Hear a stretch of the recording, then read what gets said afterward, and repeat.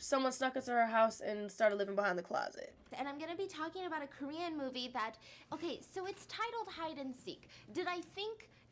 I thought it was going to be an amateur movie. I thought hide and seek? What the heck? This is some sort of kids play. Here's how I thought that it would plan out. I would think that these kids, they're in this apartment building. Maybe it's a haunted mansion. Oh my gosh. Oh, they just moved into a new place and the kids are playing hide and seek and they're like, Mom, I found a man in my closet. And the mom's like, monsters aren't real.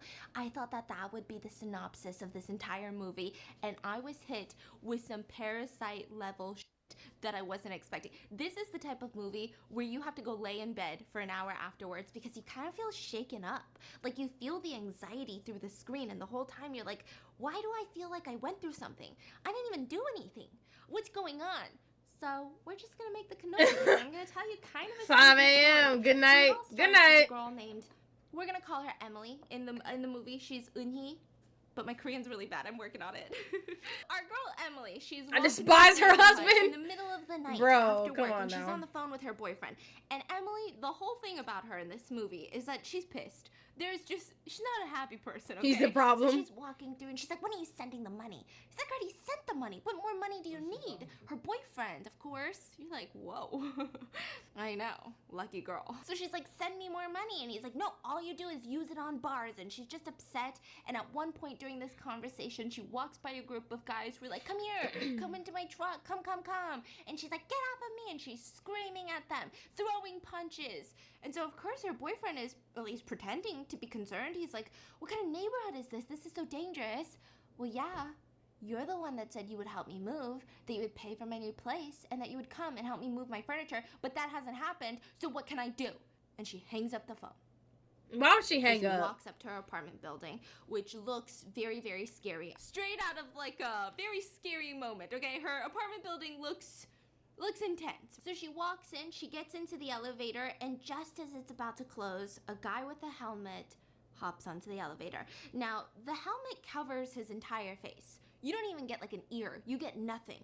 I mean, he's wearing all black. You don't get anything about this person. And he hops onto the elevator and she seems nervous. She seems scared. She pulls her person closer to her body, right? Because she's like, I don't know what this guy's gonna do.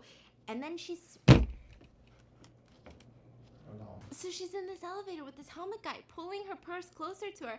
And then that's when she realizes that neither of them has pushed an elevator button number. So the elevator is just standing on the ground floor. Is she waiting on She's him? a little creeped out, but she decides to, kind of reach over his body because he's near the buttons, and she presses level 3. And he does not press a button. You're thinking the same I can't get scared and take anything serious with her baby voice, right? thing that I'm thinking. What an absolute creep. He's gonna kill her. So they both get off at level 3, and he actually gets off before her, and he's walking in front of her. She's making sure to keep a safe distance. She doesn't want to be that close to him, but all of a sudden he stops in front of, let's say, unit 303, and he's just staring at the wall, at the door of 303, the entrance. So she decides, okay, well, I should probably pass him because my unit is 304. So she quickly walks past him, gets into her apartment unit, slams the door shut, and she's sick of this, okay? She was already mad before this helmet guy in the elevator situation, but now she's on edge. She cracks open a beer, and she's calling her best friend, and she's saying, I swear, it's the same fucker. What fucker? The guy that lives next door, he's the biggest creep in the world. I freaking hate him. I swear, he, watches me. What do you mean he watches you? Yeah, and today, because I've been so mad at him that he's been watching me, today he showed up in a freaking full-on helmet. A helmet. So that I can't even see his face. He thinks that I don't recognize him. Wait, what did your neighbor do? I mean, you just don't understand. And they're like, well, explain. What's going on with this neighbor? Oh, this is easier when I use 2 hands. Oh, yeah. Give me this. Duh. one. Just stick it in all the way. Is that good? What? Now I'm getting the hang of it. But now I'm done. That's so annoying. And so she's like, okay, listen, the other day, he was just standing in front of my door. I don't know if he was waiting for me. What is she putting in there? What is that? It goes into cannolis. What is this video called again? Cheese, powdered sugar, vanilla extract. Cannoli cream? Someone snuck into her house and started living behind the closet. I don't know if he was waiting for me to get home, but I looked through the peephole and he's just standing, staring at my door. I mean, what an absolute creep. And then the other day, I got locked out of my apartment unit, right? I lost my apartment key, so I'm like, okay, well, I gotta call a locksmith. I get the locksmith out here, and he's, trying to get into my apartment. And this guy, the guy next door, is just standing outside of his apartment unit, staring at us, trying to get into my apartment unit. Like, what kind of weirdo does that? And as she's explaining this on the phone, she says, wait, hold on a minute. And she spots a brown sweater in the corner of her room. And she puts down the phone, walks towards it, picks it up, and there's like chunks of hair in it. Ew. Oh my God. I gotta call you back. She slams the phone down. Now Emily is pissed. Emily is not scared. Emily's not calling the cops. She leaves her apartment unit. And by the way, at this exact moment, we see kind of a view of her in a hidden camera.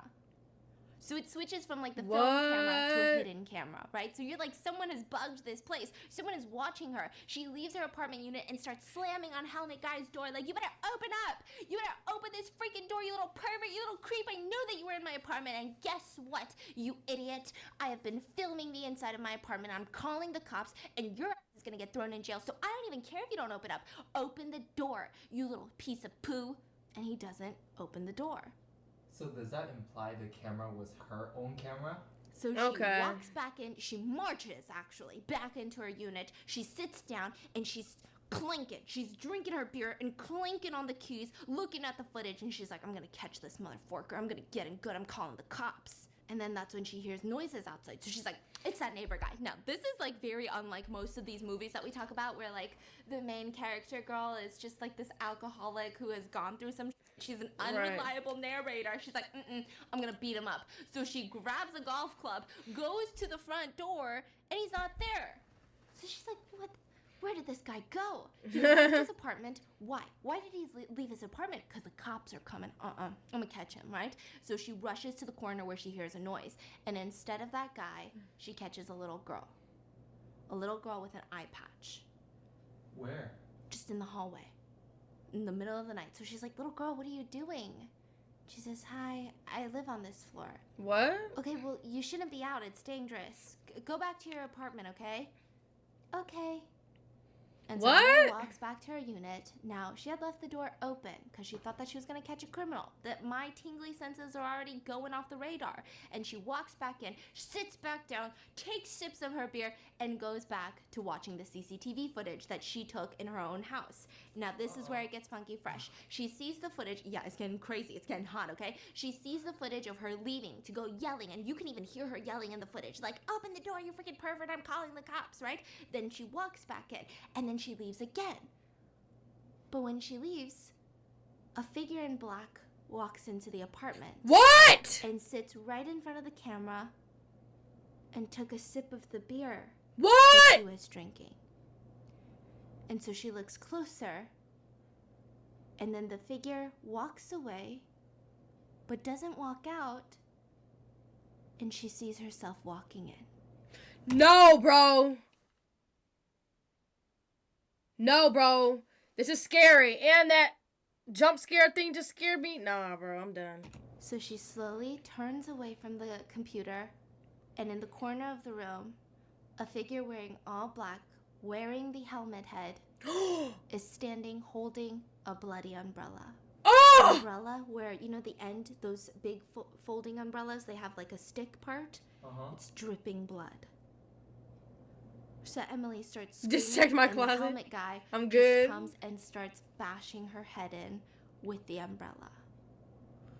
This is where we get a little girl who narrates in a little girl's voice. She says, you know, there's been a rumor around here in this neighborhood that there are people, they call them squatters. This is a little girl saying this, okay? They call them squatters, but they're people that live in other people's houses without the owners knowing. They secretly live there. That's the rumor around town, which is creepy. So right at that moment, we are introduced to the main family of this entire movie, right? Nah, bro. That was insane. Let's call them the Kims, okay? I don't want The to call them Kims. That's creepy. I'm scared. So let's call them the Kims. And this family lives in the other side of town. They live in Seoul. They live in a nice place, a condominium, a penthouse, okay? It consists of Sam, the dad, Melissa, the mom, and their 2 kids. They've got an older son and a younger daughter. And they decide that they're going to play hide and seek inside of their house. So the parents are saying, I forget what it's called in Korean, but it's like, sumara, sumara, like 머리카락 보인다, which means you better hide well because I can see your little hairs. So they're hiding, they're counting, and the parents are like, did you find them? I mean, it's like a really cute moment. And we're nowhere near done. It's already creepy. For real, though. Ooh, I'm trying to tell y'all, these is juicy. Hold on, let me turn off my light. They look like they're in love. It's like the quintessential family, right? They ain't got no problem. I think y'all be able to... What she making, though? Cannolis. I think this is like a good, like... Oh, never mind. Never mind, bro. Ouch. Do y'all want this or do y'all want my light on? Nah, it's cozy with the light off. I'm doing light off. I don't care what y'all talking about right now. Sorry. Especially not in their wallet because they're rich. So they're looking for the kids. They find them. They're tickling them. It's like a whole thing. Real big parasite moment. You find out that the family owns a cafe nearby. And Sam the dad, it seems like he's a massive germaphobe. So even when he's working, he's the owner of this cafe, he will get on his hands and knees to clean the toilet bowl because he is that big of a germaphobe. So the employees tell him that recently they've been facing some struggles with this homeless man who has been showing up in the front of their cafe, just sitting there non-stop, harassing the employees, harassing any of the potential customers. I mean, they're losing business. Should we call the cops? And he's just like, maybe I'll worry about it. Like, let me handle it, right? So then he goes home after a stressful day of work, and you see him have these moments where he's trying so hard to keep it together for his family. But anytime, this kid is talking and a little rice falls out of his mouth during dinner. His kid? His own kid? His own kid. His pulse starts ticking because he's a germaphobe, and all he wants to do is wipe the table clean. He's the type of germaphobe, and this is a serious thing. He will scrub his hands till they bleed sometimes. And so the wife notices Melissa, and she's like, well, Sam, are you sure you're still on your pills? Yeah, babe, don't worry about it. Well, you would talk to me if something's wrong, right? Absolutely. You know nothing's wrong. So that night, after scrubbing the dining table clean, because his little kid just spit all over it, it was just like 2 pieces of rice that came out, to be honest. He's just hanging out with his family, and he gets a phone call. Hello? Hi, do you know anyone named Charles Kim? Who's calling? Do you know anyone named Charles Kim? This is the number that I have for Charles Kim. Are you like his brother or something? And he looks at his family. He kind of eyeballs them. You're like, okay, well, why is he hiding this phone call from his wife? This seems really sketch, right? He walks away and says, why, what's wrong with Charles? Well, he's been missing. I'm the owner of the apartment that he's staying in, and I can't find him. He hasn't paid rent in months, and someone needs to come get his stuff, Like, what do you want me to do with his stuff? Can you just come down? I'm not going to ask for rent, but can you come? This is the emergency contact. So he hangs up that phone, and he tells his wife, hey, babe, I'm just going to be working late tonight. And he goes onto his computer, and you just see some weird shifts happening. Like, this is when you start feeling like, okay, my anxiety is taking, who the fork is Charles? So he's on his computer going through his emails, and he has unreplied emails from Charles, just nonstop, saying, hey, are you there? I heard you moved. There'd be another one saying, I heard you got married in the U.S., you didn't invite me. You know what? I'm used to it now, but it's just been getting really lonely by myself. Uh-oh. Nobody in the family wants to talk to me after Mom died. I'm just saying, can we just talk once? Can we just have one conversation? Just tell me where you live. I can just stop by for 5 minutes. I swear, it'll just be 5 minutes.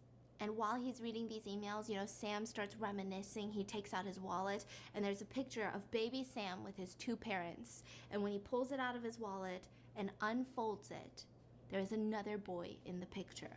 Now, we can assume that's his brother Charles, but why do they not have a good relationship? What's going on here? The rest of the night, Sam has nightmares. He wakes up in the morning, and his whole thing is, it looks like he's a man on a mission. He's got to get to the bottom of this. What's going on with Charles? And honestly, as a viewer, it's kind of like, yeah, that's his brother, but why does he seem so anxious and nervous about this?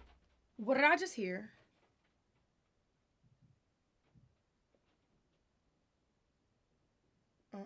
She's my sister, okay?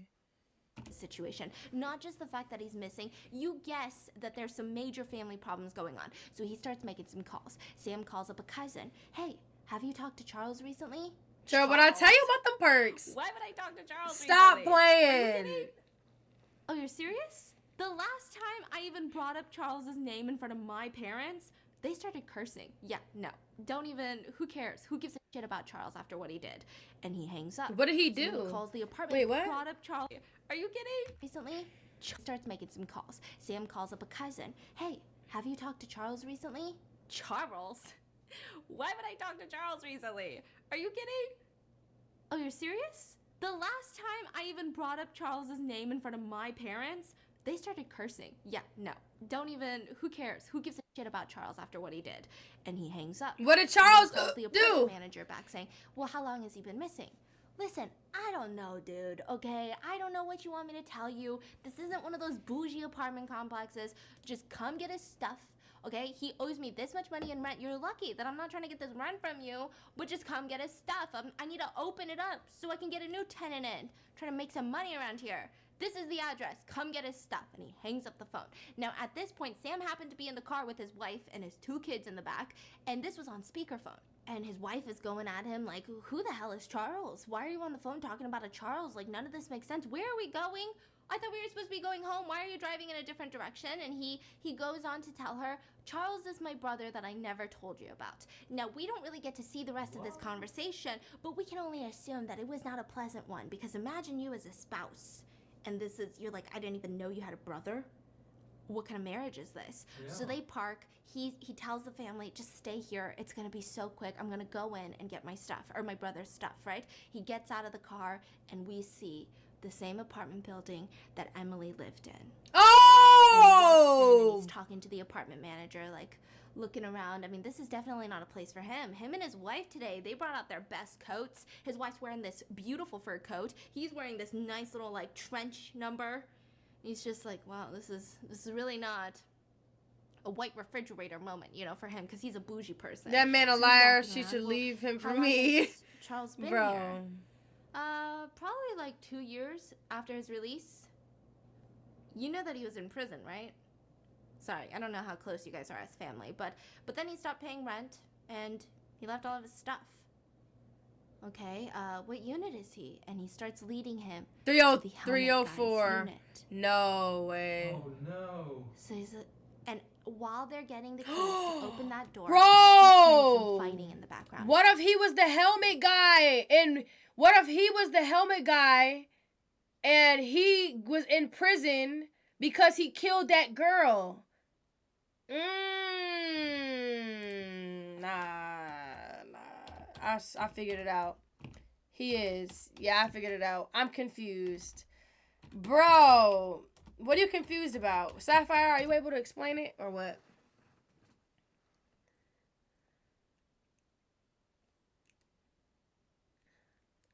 What are you confused about? Everything?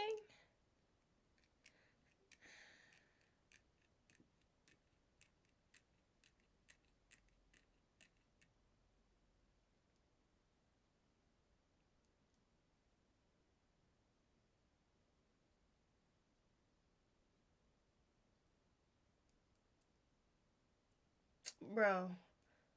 But he said he's confused, though.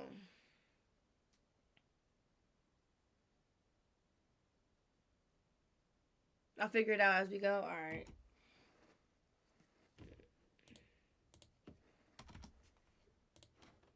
In some of these apartment complex units, like just full on, I'm talking pots and pans are being thrown at each other. Sir, do you think something happened to my brother? No. Yeah, okay, this is kind of a shabby place. You get it, I get it. It's low rent, but this guy, he hasn't been paying rent for months. He probably just doesn't want to pay rent, and now he's left. And now you're stuck with all his He probably doesn't have any valuables. Anyway, here are the keys. Call me when you're done so I can come pick up the keys. Take whatever you want. The rest I will trash. Okay, thanks. And as Sam is about to walk in, he notices some pencil markings right at like the call button, the doorbell of this apartment unit. It's like triangles, dashes. The girl tried fighting back her attacker, so that's why there's pots and pans on the floor. Just a theory. It almost looks like some sort of code, and it's written in pencil, so it's definitely not like Braille or anything. It's definitely not a design. It's been written by someone, and he just notices that's really strange. So he walks in, puts his handkerchief over his mouth because, oh, smelly. The dishes are piled up. He's going through and, like, he has no idea what kind of life his brother was living. This is not the life that he expected. I mean, this guy's living in a penthouse. He's got, like, just blankets on the floor that look really dirty. He goes into the bathroom. The mirror is cracked, and that's when he notices, oh, that's weird. There's 2 toothbrushes and a bunch of women's pads. What? So he calls back the apartment manager and says, hey, just a quick question. Are you sure there's nobody else on the lease? Because it seems like there are 2 people living here. I don't want to, like, take a bunch of stuff if someone else is still living here. Do you know who my brother was living with? No, it's just him on the lease. I'm positive. What? Okay, thanks. So he hangs up the phone and he starts going through the rest of the stuff. Maybe he had a And girlfriend. He sees, like, bras. He sees a lot of women's items. Okay, this is so strange. Maybe the neighbors know better than the apartment manager. So he leaves that unit and he goes to the next door neighbor, Emily's place. She doesn't answer, but he sees some markings at her door. The same pencil markings. Very odd. So then he goes to the next neighbor. Again, sees pencil markings. Really odd. And all of these I don't neighbors, know. they open up the door, but they don't really want to talk to him. They're like, how the fork do I know? Get out of here. They all seem to be dealing with their own problems. You know, a wife opens up the door. It looks like her husband is abusive and she's very scared to talk to anyone. Another grandma opens up the door and it looks like she's just pissed at the world. She's like, get the fork out of my front door. So as he's asking around to all of these people, he starts kind of getting You a mark his next catalog. targets? Ooh, I don't know. I can't tell you. My husband might know more, but he's not home. He's out with the kid. But why would he mark his own apartment then if it was his targets? You know what I'm saying? I don't know. We gonna have to figure it out. This is getting juicy. And he's looking at the little symbols on the door. And he comes to the conclusion, let's say, for example, a square, and then it'll have a number. So that means square is male, triangle is female, circle is kids. This is literally a code of how many people and what type of people are living inside this house or inside this unit. Oh. So he rushes back to his brother's apartment and he sees 1 male, 1 female. Okay, that's weird, right? What? Now, at the same time, as he's going back into the unit to investigate, we get a little sneak peek. Yes, take one, sir. We get a little sneak peek at what Melissa's doing in the car with her kids, and she's on the phone just ranting to her mom who lives in the United States, and she's saying, Mom, you don't get it. What kind of guy lies about something like this? I mean, how can I even trust him again? Do you understand how big this is? I don't even know who this guy I married is. This is why I'm team. Ah! Bro, oh my gosh, I'm too jumpy right now. Thank you so much for the follow, King Slayer. A lot, right? Now at the same time, our kids are like, Mom, can I please go play outside? Can I please? There was these little arcade games outside of the convenience store, right? Can we just please go play? Yes, okay, fine, but make sure your brother's watching after you. Hold your hands, okay? Hold hands together. Just play Sapphire, one game and shut come back. up. And she's still ranting on the phone with her mom. She pulls down the window because she's like heavy breathing at this point. She's that angry and she's like, Mom, you just don't understand. I mean, I had to find out through a phone call on the speakerphone in the car. And this guy makes eye contact with her and starts just waving. What? Really creepy. And gives her a thumbs up. So she pulls up the window again and says, actually, Mom, I'm just going to call you back later when I get home. And she looks back at where the kids are supposed to be, and her kids aren't there. No. And why when suspicious things happen to people, they hang up the phone if they're on the phone with somebody?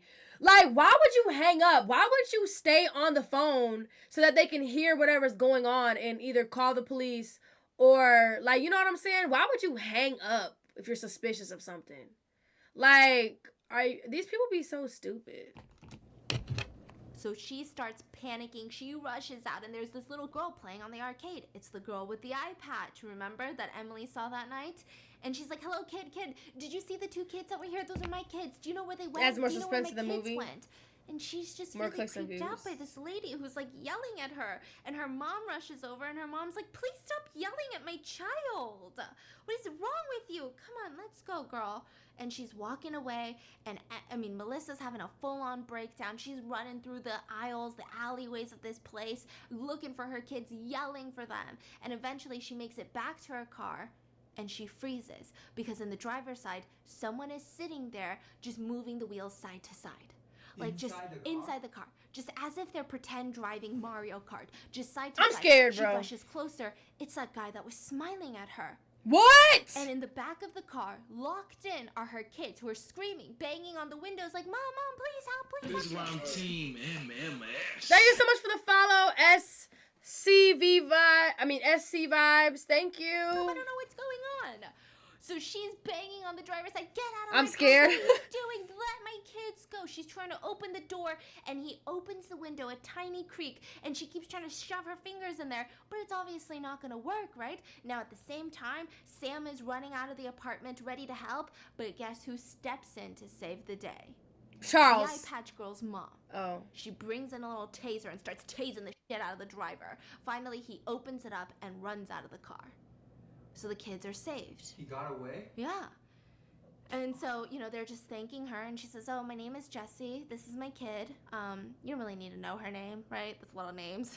This is my kid. Well, she doesn't say that. I'm saying that, okay? I think it was like, let's call her Pam. The kid's name is Pam. So she's like, I'm Jessie. I live in this apartment. And they're like, thank you so much. You saved our kids. You're amazing. Like, oh, my God, what would we have done without you? Thank you so much. Well, you guys can definitely come into my place to have some tea. What? No, we couldn't impose that. Thank you. No, I insist. We really don't get a lot of guests in this area, and I don't really talk to anyone, so I would love to talk to you guys. Okay, come on, kids. Let's go. So they bring their kids. Melissa's wearing her little nice fur coat, walking up into this, unit. And she's opening the door. All 3 kids are there. We've got the Kim's 2 kids. We've got Pam with the eye patch. And they walk in and they sit down. And they're just having small talk. Like, how long have you been living here? Oh, well, not that long. Did you know this is one of the biggest units in this apartment complex? I know it's probably shabby for wherever you guys are coming from, but it's one of the biggest units in the apartment complex. Daddy started eating already. Jessie, you decorated it so well. And he already ate one, so this is his second one. In the living room, and Pam is awkwardly sitting on the side, and she's looking at the kid's doll, at one of the Kim's kids' doll. And so Melissa's like, do you like dolls, Pam? Here, come on, kid, let her see your doll. And the Kim's daughter starts screaming, no, I don't want to, it's dirty here. Oh! And you see everyone just freeze, like, what the fork is going on? And of course, Sam is trying to be like, you don't say that, kid. Like, you're not, who raised you? Obviously not me. Shut up, kid, give her the doll. So she gives Pam the doll, and they're just sitting around. Eventually, Jessie comes with the teas. They're all drinking, and she's got all these questions. Like, that's a beautiful coat. I like it. Where'd you get it? Melissa obviously doesn't answer because it was probably, I don't know, Neiman Marcus or some shit. And she's just sitting there like, I love your place. I mean, the tea is amazing. Thank you so much. So anyways, Jessie's like, where are you guys from? You guys look like you're from Seoul, the city, right? Yeah, like near there. But what are you guys doing in a place like this? Is something happening? Oh, I knew it. I mean, we've been looking for a new place. I heard that they're gonna demolish this place soon. You probably work for one of them, huh? Maybe you own this building? Is that what's going on? Spill the tea. No, that's not why we're here. And Sam is like, we're here because my brother lives near here. Oh, really? In this apartment? Your brother lives in this apartment? Yeah. Oh, I mean, I must know him then. What unit is he in? 304? And the minute that Sam says that, Jessie drops her tea glass and it shatters. Oh. And she starts screaming at the Kim family, get the fork out of my apartment. Get out right now. That's what type of family you have. Get out. And they're all confused. Like, what are you talking about? Get out of my apartment. I don't want you near me. And she's rushing them out, and they slam the door shut on the Kim family face. And of course, Sam has all these questions of, what do you mean? What's wrong with my brother? Tell your brother to stop peeping at my daughter. An absolute pervert. That's what he is. What? Yeah, every single day. All he does is try to look through the windows, trying to call my daughter's name. He's an absolute creep, and you should be ashamed. What kind of family is this? Get out of here. I never want to see you again, and tell your brother, leave us alone. Do you know how hard it is to raise a kid? And he's just looking through the windows every day? What? Leave us alone. And so they leave the building back to the car. I mean, the kids, they're crying because the kids are like, Yeah. that was a lot. I don't know what's happening, right? Melissa's making it about herself. She's like, what kind of brother? What is the deal with your brother? Why didn't you tell me about this? Oh my God, what kind of family have I married into? And he just says, babe, I'm gonna take care of it. Yeah, call whoever you need to call. Have them come in and take care of this bullshit. Let's go home. I think I need to stay. Sam's like telling his wife, I think I need to stay. Kids so I need dramatic. to figure out what's going on. You take the kids, and I'll just grab a taxi home tonight, okay? I just have a couple of Drop them off the questions I need nearest to ask. fire So station. she's huffing and puffing, but she gets into her car and she starts driving the kids home. Now, when she gets there, she's like making sure the kids are showering, they're putting on their pajamas. And as she's tucking them into bed, her older son says, Mom, you know that girl Pam? Well, while you guys were drinking tea, she told me something weird. She told me that there's people, like ajoshis, which are old men in Korean, that just live in empty units. Like, they don't rent the units in this place, they just break into empty units and they sleep there, like a sleepover. But sometimes these ajoshis also break into units where families live, Mom, and they live in like the closets. What? Oh my God. And so the mom is like, 뭐라는 거야? Which is like, what are you saying? Like, you're saying some nonsense. No, she told me that. And she's like, that doesn't happen. Oh my No, gosh. she said it does. And the family never knows because they do it secretly. Like, these people, they'll sleep Hey, in Naya. the closet and you won't even know that they're living with you. Okay, well, kids, you have school tomorrow, so let's just go to sleep. She tucks them in, and then we're back to Sam. So Sam is in his brother's apartment, just going through it. And Girl, I thought you was going to sleep. Tell me some 5 a.m. Yeah, good night. Back to sleep I go. Girl, what? washes his hands in the bathroom, and he goes to get his, suit pockets, because he was wearing, like, a blazer, and his phone is missing. I just woke up. And he's like, that doesn't make any sense. Girl. I literally had my phone. I just put down my jacket in this apartment to wash my hands. That's weird. He starts looking through the closets. No one's there. Now, the walls of this apartment are not like drywall. A lot of them are almost what you kind of imagine like paper mache vibes. Some of them are newspapers hung up all over the place to kind of patch maybe insulation issues. Maybe it's noise issues, right? So he gets to a part where there's a lot of newspaper in the corner. And he pushes it, and the wall goes in. And he walks through. We about to hop on Fort. Do you want to play? Well, if you guys are still on by the time this video is over, then yeah. It's because my pet keeps bothering me. Well, she wants you to watch a Turah stream. That's why. And he is in Emily's apartment. And at first he's just confused, trying to take it in, what the fork's going on, looking around. How much obviously left? Not his brother's place. And it looks hidden like this. Well, we're 32 minutes into it, and it's an hour long. So we got 30 more minutes. Fake wall. Did this occupant even know that it's here? But also, where is the occupant? And he spots a pair of underwear on the sofa. What? And he goes into the bathroom, turns on the lights, and it looks like he's looking for something. And he looks over the toilet. He runs back to his brother's unit, opens the drawer. That is the bra that belongs to the undies in her unit. Those are the same brand of pads in the bathroom. What? What is going on here? So he's been stealing the bras and stuff. What? She not even eat. Through his brother's stuff, he finds a diary that was titled to their dad that said, Father, you can't ignore me any longer. I'm not a ghost.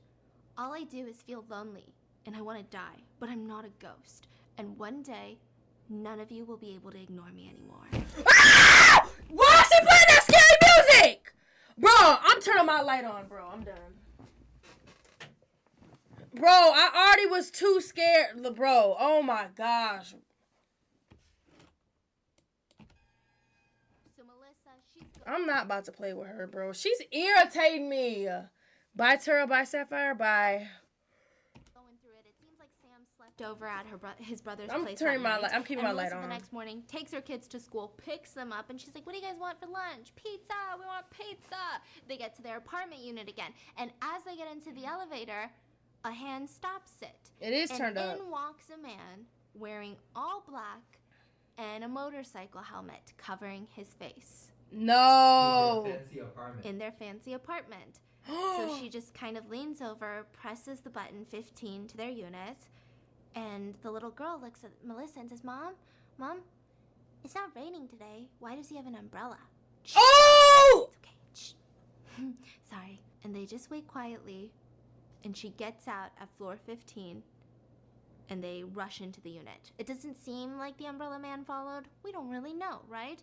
The helmet man, we don't know if he followed. No but she does little tricks. So in Korea, this is kind way. of pertinent to the story. You enter in a code for your apartment. You don't really have house keys. It's not also a tag. I know in some apartments in America you have like a key tag, but you enter in your own code. And it makes like beep, beep, beep buttons. You slide it down, you walk into your apartment. So she turns the alarm on, and thank God, that was just a really creepy situation. She starts making lunch, and her kids are like, when's the yogurt lady coming? So apparently a lady drops off yogurt every day. When's the yogurt lady coming? We want yogurt. She's like, kids, just freaking settle down, okay? And then she gets a call. Hi, is this Melissa? We have a package for you in the lobby. Do you want to come pick it up? Yeah, I'll be right there. Okay, kids, you guys be safe. Don't open the door for anyone. You know the drill. I'm just gonna go pick up a package. So she walks downstairs. No big deal. Goes to the lobby. No, picks bro. up this package when she gets a phone call. Now, this phone call. These kids are is so coming from a annoying. payphone, and she's a little bit confused. She Bro, picks it up. and why it's in the Sam. world? First of all, why would Sam leave why would Sam leave his whole family, like his daughter and his son and his wife alone, first of all? Second of all, why would she leave the kids in the thing alone, in the house alone? Babe, why are you calling me from a payphone? I don't know this number. Why aren't you calling me from your cell phone? Listen, I can't explain, but I just went to, I'm at the ATM right now, and I checked my brother's bank statements. I checked my brother's bank cards because he left them in the apartment, and he just bought something at the convenience store right across from our apartment. You need to leave. Where are you? Oh! Lobby, I'm picking up a package. You need to go upstairs right now. Don't open the door for anybody. Don't let the kids open the door for anyone. Go right now. And he hangs up. Now, Melissa at this point, I mean, she's like not that worried. She's more confused. Like, what does this have? Okay, so your brother's at the convenience store, but like, I don't know your brother, right? And she's slowly walking. She's opening this. His brother's and the she opens the killer. box, and it's empty. Oh! This is when the moment hits this mom. Like, it might be going down. This might be like a. Oh my gosh, the package was empty. It was just a ploy to get her downstairs. Oh my gosh. No. This is crazy. Like a little ruse What? to get out of the unit. And she gets a phone call from her kids. She picks it up and they say, Mommy, I think the yogurt lady is outside. No! Banging on the door. Can we open it? We really want yogurt. No! Don't open the door. It's not the yogurt lady. And she. Ah! Bro! She needs to stop adding sound effects. I'm done. Banging. It's aggressive. And then she hears incorrect password. Incorrect password. More banging. So Melissa's running up the stairs. The elevator's taking too long. She's telling her kids, don't open the door. Don't open the door, right? They're terrified. Hey, Amber. And when she gets to her floor, I'm done. no one's there. So she enters in her code and she opens the door and her kids come running. They're bawling their eyes out and she's hugging them when all of a sudden, Helmet Man shows up right behind her and tries to whack her with the umbrella. So she's tackling Helmet Man. They get into a struggle. I mean, she's getting almost choked out by Helmet Man. The kids are witnessing this. They're terrified. They're screaming. And finally, a neighbor opens the door and says, what's going on out here? And so Helmet Man runs away. Just leaves. So they call the cops. All the cops show up. They're going through the CCTV footage. Sam rushes home. He's terrified. And the cops say, well, from the CCTV footage, we don't have his face. We don't even have like a license plate or a motorcycle plate. We don't know if this is some sort of nut job, a crime of opportunity, or if you guys have been specifically targeted. We really don't know.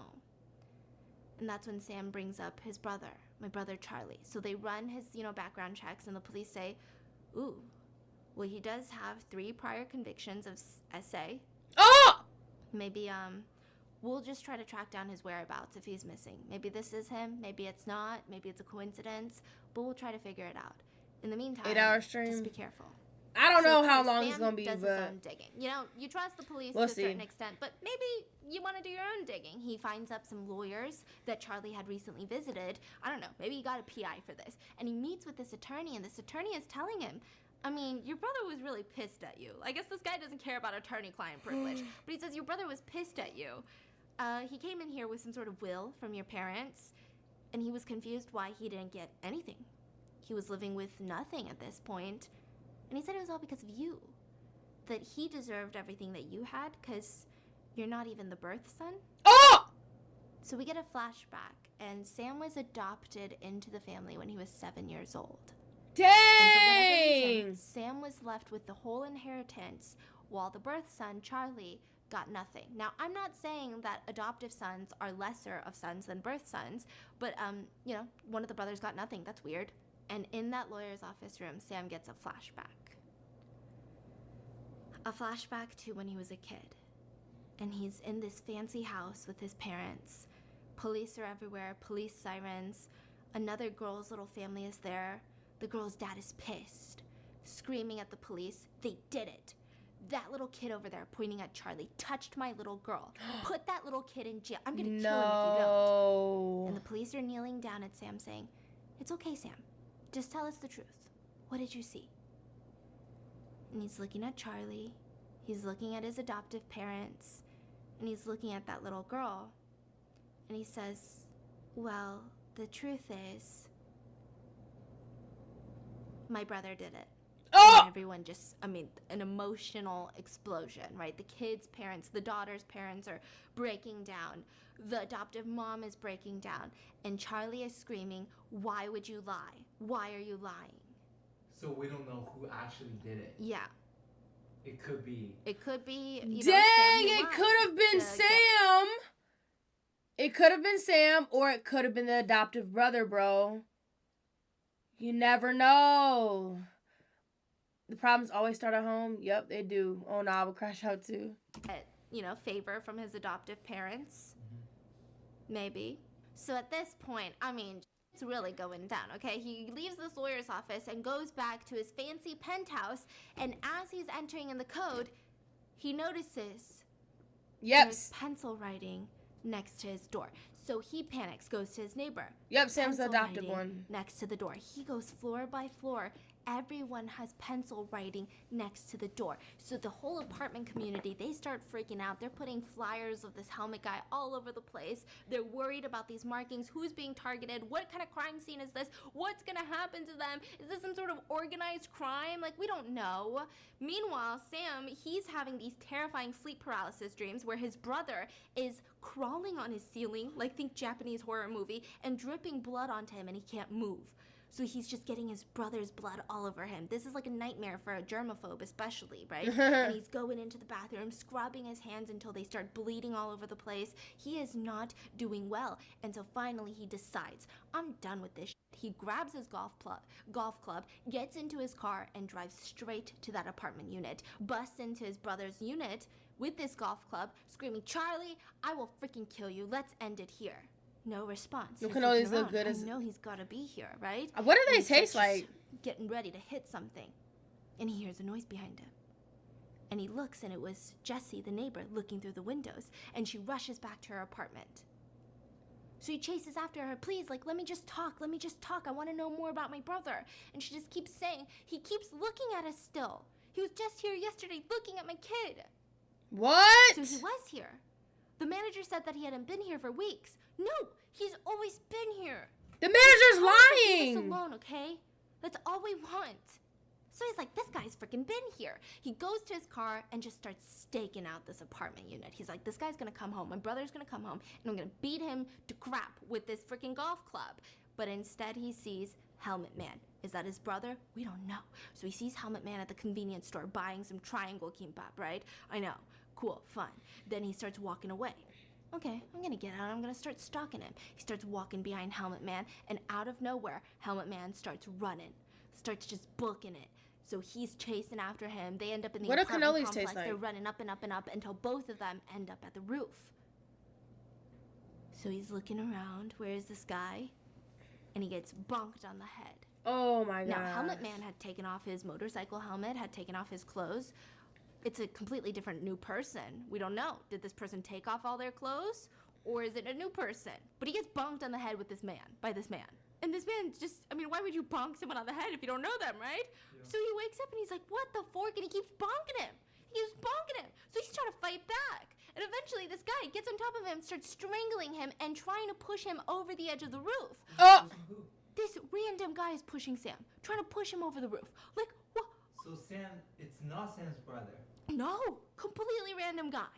And he's like, who the fork is this guy? So he grabs a flower pot, smashes it on his head, and starts beating the crap out of him. Like, who are you? Who are you? Do you know my brother? Where is my brother? And he's saying, where is Emily? What have you done with Emily? Who the fork is Emily? And he just punches him again. Emily? And so they're both sitting on the roof like, what? And eventually, you know, Sam asks the guy, this random man, to come into his brother's apartment so that they can wipe off all the blood. And he says, wait, can you tell me who's Emily? It's my girlfriend. A couple weeks ago, she stopped calling. And I couldn't get in contact with her. I couldn't find her anywhere. And I thought you were so How much more left? when Because you this came is onto giving the me a roof. bit sluggish. I've been watching everyone recently here, trying to find out, did someone do something to Emily? Like And I 15 thought more maybe minutes. It was you. No, I don't even know your girlfriend. Well, she's just sent me this really weird text, like, I don't want to see you anymore. And ever since then, I haven't seen her. I haven't heard anyone who's heard from her. Well, can I see the text message? And as he's pulling the phone out, they hear a rustling noise. And so Sam shoots up from his seat and runs through that fake wall into Emily's unit. So of course Emily's boyfriend follows, and he's just in shock. Like, what is going on? This is my girlfriend's apartment. This is my girlfriend's stuff. What did you do, right? And he's like, shh. Meanwhile, Sam doesn't care what the boyfriend's saying because he's searching for Helmet Guy. That's who he wants. Helmet Guy is probably his brother. So he's going through all the cupboards, curtains, and then finally he opens up the closet and he's going through the clothes. And he starts screaming, and he falls back, and Emily, who is completely bloodied and wrapped tightly in plastic, falls on top of him. Oh! And so he's screaming bloody murder. Emily's boyfriend rushes over, and he's about to cuss out and possibly kill Sam, because this looks really guilty, but he gets stabbed in the back by Helmet Guy. Oh my Is gosh! Emily dead? She's the one wrapped in saran wrap, like dead, yeah. And so Helmet Guy now comes over to Sam, ready to beat him with a pipe like he did all of his other victims. And Sam puts up a fight. A huge altercation arises. Sam rushes into his brother's part of the unit, rushes out, going through the hallways, banging on the neighbor's door. Please let me in, like there's a psychopath out here. And the only unit that let him in Jesse was the little kid.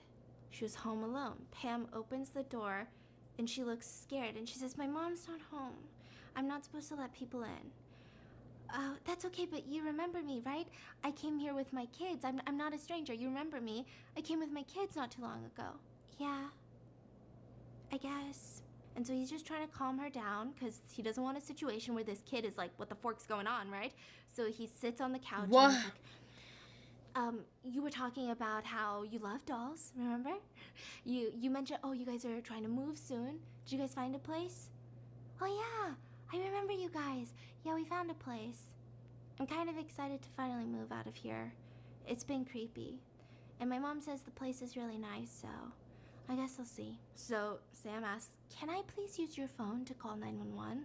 There's someone out there that wants to hurt me.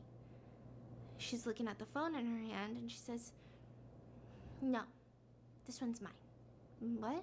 can I please use your phone? I need to call 911. It's going to be 2 seconds. I'm going to give it back to you. No, this one's mine. What?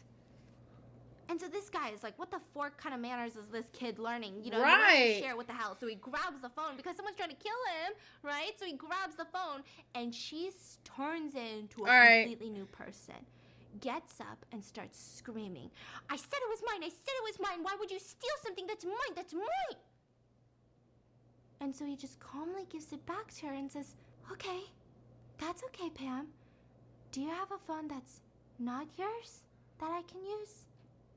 Yeah, I do. What? So she opens up the door, and he sees the scariest room ever. Just every wall filled with teddy bears. Bookshelves filled with stacks and stacks of phones.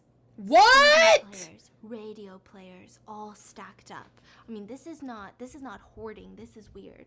So she grabs a phone from the pile and says, here, you can use this one. This one's not mine. And he turns it on. What? And the screensaver is his kids. Where did you get this phone, Pam? My mom gave it to me. It's my mom's phone. Look, I can prove it. She takes the phone back and says, this is where we're moving. It's a picture of his apartment. So he takes the phone and he... What in the world is going on? Falls back, and in that process, he opens a closet door. And he looks up, and it's his brother, wrapped in saran wrap. What? Dead in the closet. And before he can do anything, Jessie comes in through the door and whacks him on the head. What? She is Helmet Man. She whacks him on the head and leans down to her daughter and says, come on, it's time to move. Put on your prettiest clothes and let's pack our stuff. Meanwhile, Melissa at home, she's going through some shit too. She's packing up all their stuff. What? Oh my gosh. Jesse's Helmet Man. I'm confused. I'm so confused. She's going to explain it all, but I'm confused. Listen, kids, pack your stuff. We're moving back home with Grandma and Grandpa in the United States. Your dad's going to meet us there. It's going to be great. And the kids are kind of excited. They're like, yes, we love Miguk. We love the United States, right? They're packing all their shit. She's excited. Oh, come on, let's get in the car, right? Get it. Let's go, let's go, let's go. And all the while that's happening, she's getting these alerts on her phone that her bank card is being used at all these, like, convenience stores. She's like, that's so weird. Sam's not even picking up his phone. Okay, whatever. He's going to meet us at the airport. She puts her phone in her pocket, but we know that the bank cards in Sam's phone is with Melissa, and she is wearing her best clothes. Her daughter's wearing her best clothes, just buying up everything they want from the convenience store before they head to their new house. So Melissa gets her kids in the car, and as she's about to reverse out of this apartment building parking lot, the son says, wait, Mom, do you have any medicine? She has a fever. Something's wrong with her. She looks back at her daughter, and she looks sick, so she's like, going through her purse. She doesn't have medicine. Okay, we're gonna miss our flight. Okay, I'm just gonna go lock the doors. Don't open it for anyone, okay? Mommy's just gonna go run and get some medicine, and I'll be right back, okay? Why does she keep leaving her kids? Goes into the apartment unit. She's digging through the medicine cabinet, finds the Advil when she gets a phone call. It's Sam from a payphone. He had made it out alive. So he says, you need to get out of there. Remember that lady that we met? Jessie? The neighbor? It's her. She's the one killing everyone. She killed my brother. Get out of that apartment. She says she's moving into our apartment. I don't know what's wrong, but get the kids out of there. And she gets whacked on the head by Jessie. No! Jessie's wearing her nice clothes, holding Pam's hand. They whack her on the head, and they just proceed as normal. They start putting away their groceries in their fridge now. They start putting their purse on the countertop. Do you want to go see your room, Pam? By the way, this was out before Parasite, because I know people are going to be like, Parasite vibes, you know, living that life, but this was out before Parasite. I think it's 2013. And Pam, the daughter, saw all of this. I mean, she's like, what, 7 years old? Saw her mom whack Melissa on the head, and she doesn't care. She's like, yeah, I want to see my room. Now, at the same time, Melissa's kids in the car, they're getting panicked. Like, where is Mom? Let me call her. So the son calls Mom, like, Mom, we're still in the car. Can you please come? Can you please hurry? We're a little bit creeped out. And he hangs up, and they get a knock. Hey kids, do you remember me? It's Jessie. You guys came to my place? And she's wearing that beautiful fur coat that we saw Melissa in the first day. Your mom said she's busy doing something, finding the medicine, I think. But, why don't you come to my apartment? I live in the same building now. And we can wait for your mom there. No, So we're then, not of doing course, she's Pink about to Mango, open the nah. door, but the son stops her and says, We can do that next stream. Why are you wearing my mom's coat? It's not your mom's coat, it's my coat. No, that's my mom's favorite coat. Why are you wearing it? Did she give it to you? Hey, you little shit. It's my coat, okay? It's mine. We're not gonna open the door for you. And she starts kind of pulling at it, like, just open the door. We can clear it up when you open the door. I can prove to you it's my coat if you just open the door. And she starts going to the other door. Just open the door. And then she starts banging on the window saying, get out of my car. Oh! Why are you little shits in my car? What kind of manners are these? Get out of my car. And so the kids start crying like, what are you talking about? What? It's our car. It's our car. She says, it's my car. It's not your car. And she pulls She would out be a the great keys in her actress. pocket and unlocks the doors. No! Opens it. She's just trying to terrorize them, I think. And she starts grabbing at them. They're screaming. They open the other door. They're running through the parking lot at this point. Bro, Meanwhile, Sam's rushing home through a taxi, running, but he can't get into the apartment unit because, remember, Jesse took his keys. So he's like, how the fork am I going to get in? The kids are running around. They're terrified in the parking lot. Then why do you think she was included finally, in this film? The dad meets up with the kids in the parking She lot. They wasn't run in the movie. What are you and talking they run about? Straight towards the elevator, and they make it in. So now they're in the elevator. The kids and the dad. Okay. And Jesse is out in the parking lot. So they rush to the apartment unit to get She's an Melissa, actress and in they're the probably movie? gonna dip out of there. Okay. She's maybe. she's They not. go in, they type in the little pad. The kids get rushed in. Meanwhile, Jesse is running straight towards them. So the dad is like, like we can't let her in. She tries to open the You're door. racist. She's fighting. They get into a tussle, and Sam slams Jesse on the ground. And he thought that she's dead, or at least unconscious. So he rushes to his wife, who's bleeding, and she's unconscious. So he's like, it's gonna be okay. It's gonna be okay. Like, call the police. Like, we're gonna be okay, everyone. But Jesse gets up again. Because that was a and she's different trying to Asian bonk him woman. on the head with her little thing. So he's running through, and eventually she ends up bonking him multiple times, and she's about to get the final bonk when the kids decide, you know what, you're not forking with my dad. And so they start screaming at her, and she's like, you little shits are good for nothing. And she starts running after them, trying to kill the kids first because they're causing too much noise. And at that point, as she's about to kill the kid, Melissa wakes up and smashes a vase onto Jesse's head, and she goes down. So Melissa, I mean, she's not in good condition at this point. Like, she is still very, about to be unconscious. And she kind of like leans herself down. Okay. No, I wasn't. I got was it. talking about Stephanie. Gotta just take the kids. Stephanie out of wasn't in here. the She's movie. walking away. Jesse gets back up and bonks her on the head again. Anyways, there's another twist. So Sam rushes in as his wife is about to die. And he says, stop. Just listen. Please. You can have this place. We don't want to live here. Just let me and my family go, and we'll leave peacefully, and you can have this place. Or else, I'll burn it. What? And he has a lighter in his hand. And she looks behind him at the kitchen, and there is oil spilt all over during the fight. No, you're lying. You're lying. You're not going to set it on fire, and you're not going to leave. You're lying. I'm not lying. We're going to move to America. We don't care. You can have this place. You can pretend you're us. You can have our identity. We don't care. Just let us go. And she's thinking about it. And she's thinking about putting down that pipe that she's trying to kill people with. When the police start slamming on the door, police open up. So she drops it, and she just goes into a frenzy. Starts tackling Sam down, strangling him with her bare hands. Like, you freaking lied. You lied. It's mine. It's my house. What kind of people come into my house and cause this much trouble? I didn't do anything. You came into my house.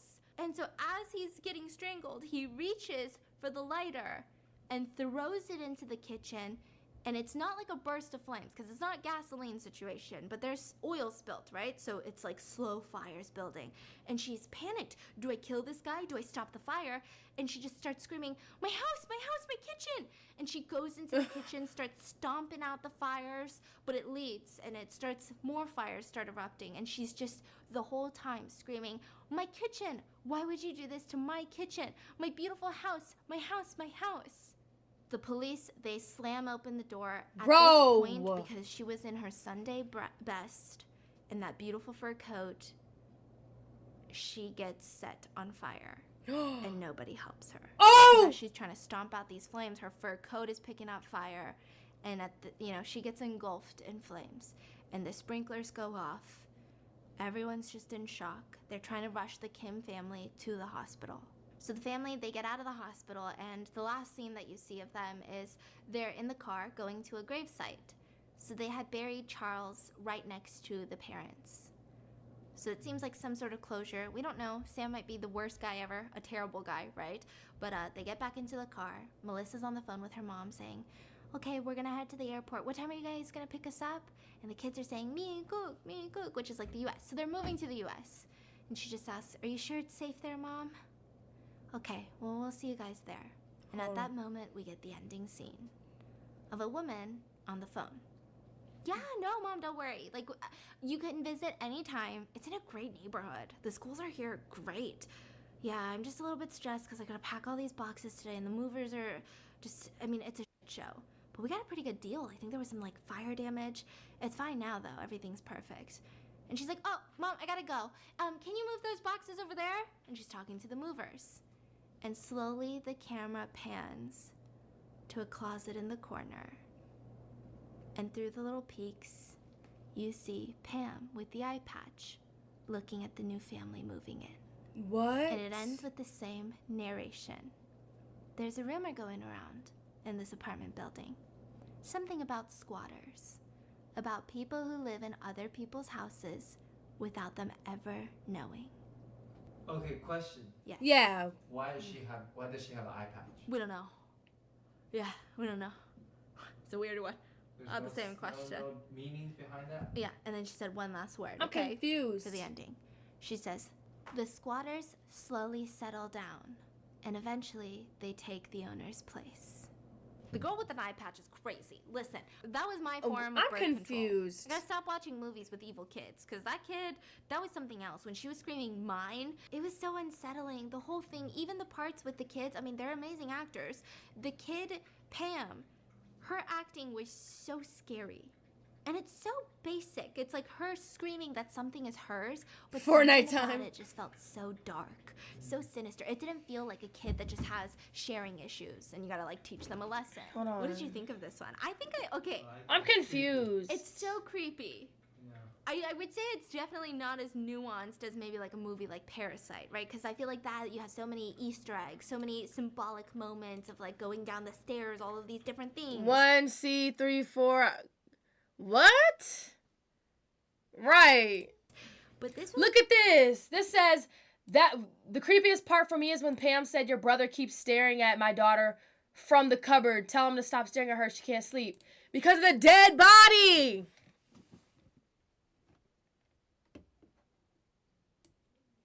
What?